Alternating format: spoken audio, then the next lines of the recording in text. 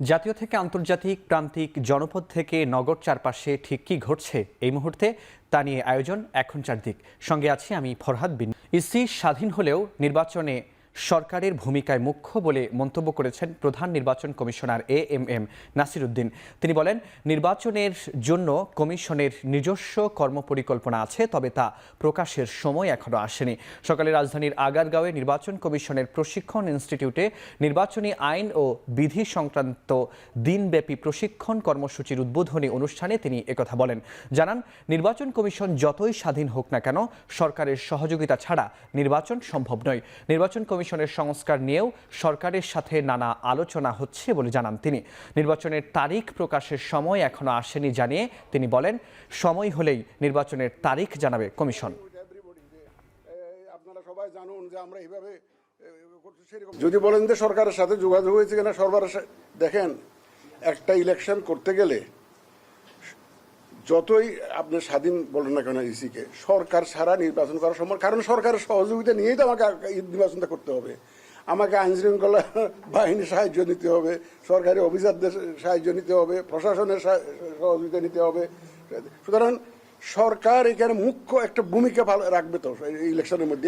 এটা ছাড়া তো সম্ভব না, এটা তো সম্ভব না। তো সুতরাং এই সরকারের সাথে আমাদের যে যোগাযোগের বিষয়টা, এটা এমন না যে প্রতিনিয়ত হচ্ছে বা এমন না যে একদম নাই, সেরকম না।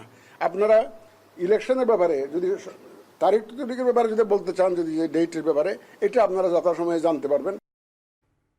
ফেব্রুয়ারিতে নির্বাচন হলে জন আকাঙ্ক্ষা পূরণ হবে বলে মন্তব্য করেছেন বিএনপির মহাসচিব মির্জা ফখরুল ইসলাম আলমগীর। তিনি বলেন, শুধু কথা বা আলোচনা নয়, সংস্কার আনতে হবে, মানসিকতার পরিবর্তনের প্রয়োজনে। শনিবার বিকেলে ঢাকা রিপোর্টার্স ইউনিটিতে বিপ্লবী ওয়ার্কার্স পার্টির প্রতিষ্ঠা বার্ষিকী উপলক্ষে পুনর্মিলনী সভায় তিনি একথা বলেন। অভ্যুত্থানের মাধ্যমে দেশ নির্মাণে যে নতুন সুযোগ তৈরি হয়েছে, সবাইকে ঐক্যবদ্ধ হয়ে তা কাজে লাগানোর আহ্বান জানান মির্জা ফখরুল। আগামী দিনে নির্বাচনের মাধ্যমে ফ্যাসিবাদ বিরোধী সকল শক্তিকে নিয়ে জাতীয় ঐক্যমত্যের সরকার গঠন হবে বলে জানান বিএনপির স্থায়ী কমিটির সদস্য আমির খসরু মাহমুদ চৌধুরী। একই অনুষ্ঠানে ঐক্যমত্য কমিশনের সদস্য বদিউল আলম মজুমদার বলেন, অবাধ নির্বাচনের জন্য দুর্বৃত্তায়ন রোধ করে নির্বাচনী ব্যবস্থা শক্তিশালী করা দরকার। অলওয়েজ আমরা আশা করবো এই সরকার একটা নিরপেক্ষ সরকার এখনো থাকবে, নির্বাচনের সময় থাকবে। সকলের আশা পূরণ করতে হলে একটি সুষ্ঠু নিরপেক্ষ নির্বাচনের জন্য এই সরকারের নিরপেক্ষতা অত্যন্ত গুরুত্বপূর্ণ। আমরা সবাই মিলে বাংলাদেশের যারা আমরা ফ্যাসিবাদের বিরুদ্ধে লড়াই করেছি, সংগ্রাম করেছি, যারা প্রাণ দিয়েছি, যারা আহত হয়েছি, সবাই মিলে আমরা অন্তত একটা গণতান্ত্রিক রাষ্ট্র ব্যবস্থা আমরা নির্মাণ করতে চাই। সুষ্ঠু নির্বাচন যদি করতে হয় প্রিন্স ভাই, তাহলে ওই নির্বাচনী অঙ্গনটাকে পরিচ্ছন্ন করতে হবে, নির্বাচনী অঙ্গনকে পরিচ্ছন্ন করতে হবে, রাজনৈতিক অঙ্গনকে পরিচ্ছন্ন করতে হবে, দুর্বৃত্তায়ন মুক্ত করতে হবে, টাকার খেলা বন্ধ করতে হবে, আমাদের নির্বাচন কমিশনকে স্বাধীন শক্তিশালী করতে হবে। সংস্কারের আগে নির্বাচন হলে আবারও ফ্যাসিবাদের জন্ম হবে। তাই জাতীয় ঐক্যমত্য কমিশনের প্রচেষ্টা সফল করতে যতটুকু সময় প্রয়োজন তা অন্তর্বর্তী সরকারের নেওয়া উচিত। সকালে যশোর শিল্পকলা একাডেমিতে আয়োজিত রোকন সম্মেলনে প্রধান অতিথির বক্তব্যে এমন মন্তব্য করেন বাংলাদেশ জামায়াতে ইসলামীর সেক্রেটারি জেনারেল অধ্যাপক মিয়া গোলাম পড়ুয়ার। সকালে যশোর শিল্পকলা একাডেমিতে আয়োজিত রোকন সম্মেলনে প্রধান অতিথির বক্তব্যে একথা বলেন তিনি। এ সময় জামায়াতের এই নেতা আরও বলেন, সংস্কারের পর মানবতা বিরোধী অপরাধীদের বিচার দৃশ্যমান হতে হবে। এছাড়া নির্বাচন যখনই হোক তা নিরপেক্ষ করার জন্য জামায়াতে ইসলামী সরকারকে সহযোগিতা করতে প্রস্তুত আছে বলেও জানান তিনি। যশোর জেলা শাখার উদ্যোগে আয়োজিত সম্মেলনে সভাপতিত্ব করেন জেলা আমির অধ্যাপক গোলাম রসুল। জাতীয় ঐক্যমত্য কমিশনের এই প্রচেষ্টাকে সফল করার জন্য সময় যেটুকু লাগে সে সময়টুকু সরকারের নেওয়া উচিত। সংস্কার ছাড়া নির্বাচনে গেলে সেই নির্বাচন গ্রহণযোগ্য হবে না, সেই নির্বাচনে জাতীয় মুক্তি হবে না, সেই নির্বাচনে আরেকটা ফ্যাসিবাদের জন্ম দেবে। রাজনৈতিক দলগুলোর সাথে সমঝোতা করেই নির্বাচনের সময় নির্ধারণের চেষ্টা করা হচ্ছে বলে জানিয়েছেন মৎস্য ও প্রাণী সম্পদ উপদেষ্টা ফরিদা আক্তার। দুপুরে ময়মনসিংহে বাংলাদেশ মৎস্য গবেষণা ইনস্টিটিউটের বার্ষিক গবেষণা ও পরিকল্পনা প্রণয়ন বিষয়ক আঞ্চলিক কর্মশালায় তিনি একথা জানান। অন্তর্বর্তীকালীন সরকার একটা চেষ্টা করছে যে একটা সুষ্ঠু সুন্দর একটা নির্বাচন দিয়ে তারপর একটা নির্বাচিত সরকার যাকে জনগণ তাদের পছন্দ মতো সরকার গঠনের একটা প্রক্রিয়ার মধ্যে যেতে পারবে এবং রাজনৈতিক দলগুলোর সাথে একটা সমঝোতার মাধ্যমে বা তাদের সাথে আলোচনার মাধ্যমে যেটা হবে সেটা যে নির্ধারিত তারিখ ঘোষিত হয়েছে তার মধ্যে যদি হওয়া সম্ভব হয় অবশ্যই। সড়কে দিনভর অবস্থান কর্মসূচি পালন শেষে সাময়িক সময়ের জন্য কর্মসূচি প্রত্যাহার করেছে ইউনাইটেড ইন্টারন্যাশনাল ইউনিভার্সিটির শিক্ষার্থীরা। তবে রাতের মধ্যে দাবি আদায় না হলে বাংলা ব্লকেড ও আমরণ অনশনের হুঁশিয়ারি তাদের। কর্মসূচিতে পুলিশের লাঠি চার্জে আহত হয়েছেন কয়েকজন শিক্ষার্থী। নিঃস্বার্থভাবে শিক্ষার্থীদের বহিষ্কারাদেশ প্রত্যাহার ও বহিষ্কারের সাথে জড়িত সব ছাত্র শিক্ষক কর্মকর্তা কর্মচারীদের সঠিক তদন্তের মাধ্যমে শাস্তির আওতায় আনার দাবিতে সকাল 8:30 থেকে নতুন বাজার সড়ক অবরোধ করে শিক্ষার্থীরা। পরে বিশ্ববিদ্যালয়ের প্রক্টোরিয়াল টিম শিক্ষার্থীদের সঙ্গে আলোচনা করে, তবে সমঝোতা না হওয়ায় এক পর্যায়ে শিক্ষার্থীদের উপর লাঠিচার্জ করে পুলিশ। এতে আহত হয় বেশ কিছু শিক্ষার্থী, তবে শিক্ষার্থীরা এখনো সড়ক থেকে সরে যাননি।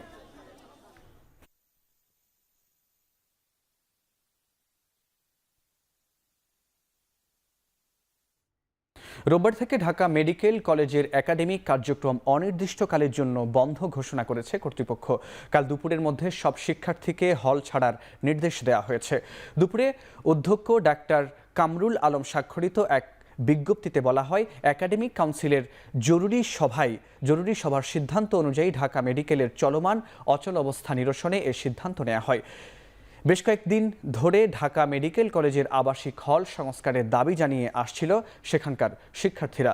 বিশেষ করে 2025-26 শিক্ষাবর্ষে মেডিকেলে ভর্তি হওয়া শিক্ষার্থীরা আবাসিক হলকে ঝুঁকিপূর্ণ মন্তব্য করে মানববন্ধন ও ক্লাস বর্জনের মতো কর্মসূচি পালন করছিল। এর মধ্যে একাডেমিক কার্যক্রম বন্ধের এমন সিদ্ধান্ত নিল কর্তৃপক্ষ। ফেনীর মুহুরী নদী ও বাঁধ ভেঙে প্লাবিত নিম্নাঞ্চলের পানি কমতে শুরু করেছে। এর আগে বৃহস্পতিবার রাতে উজানের ঢল আর ভারী বৃষ্টিতে উত্তর বড়ুইয়া এলাকায় বাঁধ ভেঙে পানি ঢুকে নিম্নাঞ্চল প্লাবিত হয়। পানি প্রবেশ করে উত্তর বড়ুইয়া গ্রামসহ আশপাশের আরও 5টি গ্রামে। এতে বাড়িঘরে পানি ঢুকে চরম দুর্ভোগে পড়ে বাসিন্দারা। এছাড়া ফুলগাজী বাজারে পানি উঠায় ক্ষতিগ্রস্ত হয় বিভিন্ন দোকানের মালামাল। পানি উন্নয়ন বোর্ড জানায়, বর্তমানে মুহুরী নদীর পানি বিপদসীমার নিচ দিয়ে প্রবাহিত হচ্ছে। এর মধ্যে বাঁধের ঝুঁকিপূর্ণ ও বাঁধন কবলিত স্থানগুলো মেরামতে আনা হয়েছে জিওব্যাগ। গত 2 দিন ভারী বৃষ্টিপাত না হওয়ায় মুহুরী নদীর আর কোথাও বাঁধ ভাঙার ঘটনা ঘটেনি। এর আগে গেল বৃহস্পতিবার রাতে মুহুরী নদীর বাঁধ ভেঙে ফুলগাজীর উত্তর বড়ুইয়া, দক্ষিণ বড়ুইয়া, বিজয়পুর, বসন্তপুর, বশিকপুর সহ পার্শ্ববর্তী এলাকার নিম্নাঞ্চল প্লাবিত হয়।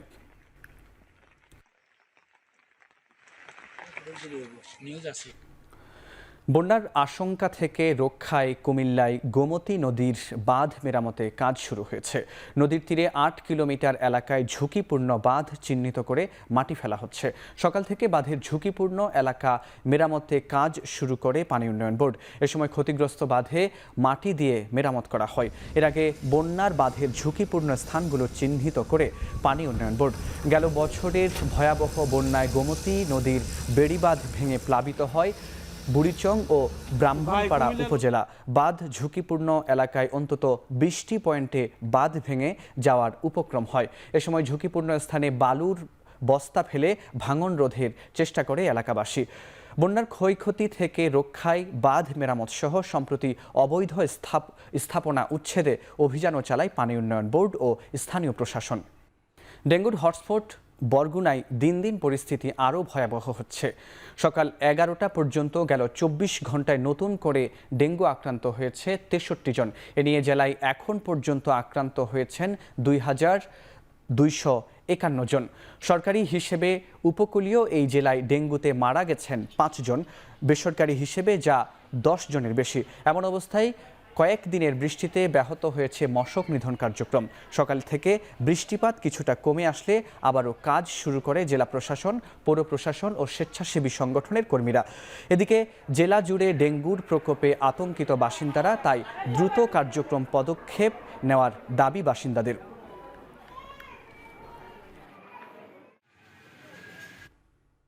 চট্টগ্রামে গত ২৪ ঘন্টায় করোনা আক্রান্ত এক নারীর মৃত্যু হয়েছে। নগরীর জেনারেল হাসপাতালে চিকিৎসাধীন অবস্থায় মারা যান তিনি। চিকিৎসকরা জানান, আগে থেকেই ফুসফুস ক্যান্সারে আক্রান্ত ছিলেন তিনি, আর করোনায় আক্রান্ত হয়ে ৩ দিন আগে চট্টগ্রাম জেনারেল হাসপাতালে ভর্তি হন। এদিকে চট্টগ্রামে গত ২৪ ঘন্টায় ৭১ জনের নমুনা পরীক্ষা করে ৬ জনের শরীরে করোনা শনাক্ত হয়েছে। নগরীতে এখন পর্যন্ত করোনা আক্রান্তের সংখ্যা দাঁড়িয়েছে ৬২ জনে। এদিকে চাঁপাইনবাবগঞ্জের হাসপাতাল ও স্বাস্থ্য কমপ্লেক্সে কিট সংকটে বন্ধ আছে করোনা পরীক্ষা, ফলে চিকিৎসা নিতে আসা রোগীরা করোনার উপসর্গ নিয়ে ফিরে যাচ্ছেন। মজুদ সব কিটের মেয়াদ পার হওয়ায় এখন করোনা পরীক্ষা করা সম্ভব হচ্ছে না বলে জানান চিকিৎসকরা।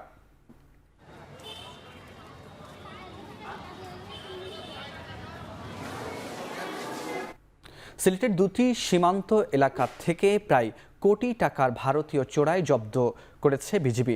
দুপুরে এক সংবাদ সম্মেলনে এ তথ্য জানান বিজিবির ১৯ ব্যাটালিয়নের অধিনায়ক। বিজিবির অধিনায়ক জানান, শুক্রবার রাতে গোপন সংবাদের ভিত্তিতে জৈন্তাপুরের ফেরিঘাট ও কানাইঘাটের সুরাইঘাট সীমান্তে অভিযান চালায় বিজিবির আভিযানিক দল।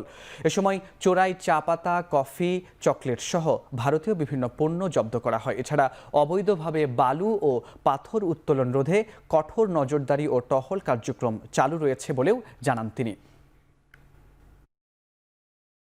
এবার আন্তর্জাতিক প্রসঙ্গ। ইস্পাহানা পারমাণবিক গবেষণা কেন্দ্র এবং সিরাজ শহরের একটি সামরিক স্থাপনায় ইসরায়েলি হামলার জেরে পাল্টা আক্রমণের তীব্রতা বাড়িয়েছে ইরান। ভোর থেকে ইসরায়েলের মধ্যাঞ্চলে হামলা চালিয়ে আসছে তেহরান। এ সময় হামলায় আগের তুলনায় অধিক উন্নত ও নির্ভুল নিশানায় আঘাত হানতে সক্ষম ক্ষেপণাস্ত্র ব্যবহার করা হচ্ছে বলে জানিয়েছে আন্তর্জাতিক গণমাধ্যম, যা ঠেকাতে ব্যর্থ ইসরায়েলের বহুল আলোচিত আকাশ প্রতিরক্ষা ব্যবস্থা আয়রন ডোম। এতে ইসরায়েলে ক্ষয়ক্ষতি বাড়ছে। অন্যদিকে ইসরায়েল দাবি করছে তাদের বিমান হামলায় শনিবার ইরানের IRGCর আরও 2 জন কমান্ডার নিহত হয়েছেন। ইরান জানিয়েছে 13 জুন থেকে ইসরায়েলি হামলায় এখন পর্যন্ত তাদের 430 জন বেসামরিক নাগরিক নিহত হয়েছেন। আহত হয়েছেন অন্তত 3500। এদিকে মার্কিন প্রেসিডেন্টের দাবি, মধ্যপ্রাচ্যের শান্তি স্থাপনে কিছুটা কঠোর হয়েছেন তিনি, এজন্য ইরানকে 2 সপ্তাহ সময় দেওয়া হয়েছে। পাশাপাশি দাবি করেন, ইরানের ভূগর্ভস্থ পরমাণু কেন্দ্র ধ্বংসের সক্ষমতা নেই ইসরায়েলের। ইরান ইসরায়েল ইস্যুতে জাতিসংঘের নিরাপত্তা পরিষদের জরুরি বৈঠকে তুমুল বাকবিতণ্ডার ঘটনা ঘটেছে। বৈঠকে ইসরায়েলকে ব্যাপক সমালোচনা করে চীন, রাশিয়া ও আলজেরিয়া মধ্যপ্রাচ্যে ইসরায়েল অশান্তি তৈরি করছে বলে অভিযোগ তোলে দেশগুলো। আর আন্তর্জাতিক আইন অমান্য করে ইরানে হামলা করায় ইসরায়েলকে কাঠগড়ায় দাঁড় করিয়েছে তেহরান। আর এতেই ইরানের উপর চটেছে জাতিসংঘে নিযুক্ত যুক্তরাষ্ট্র ও ইসরায়েলের প্রতিনিধি। জাতিসংঘের এই বৈঠকেও ইরানকে ফের ইউরেনিয়াম উৎপাদন বন্ধের জন্য চাপ দেয় যুক্তরাষ্ট্র। সবশেষ কোনো সমাধান ছাড়াই শেষ হয় গুরুত্বপূর্ণ এই বৈঠক। শেষ করছি এখন চারদিক। এখন টেলিভিশন ওয়েবসাইটে দেখতে ভিজিট করুন www.ekhon.tv। এছাড়া ফেসবুকে দেখতে ভিজিট করুন facebook.com/tv.ekhon এবং ইউটিউবে দেখতে ভিজিট করুন youtube.com/c/ekhon tv।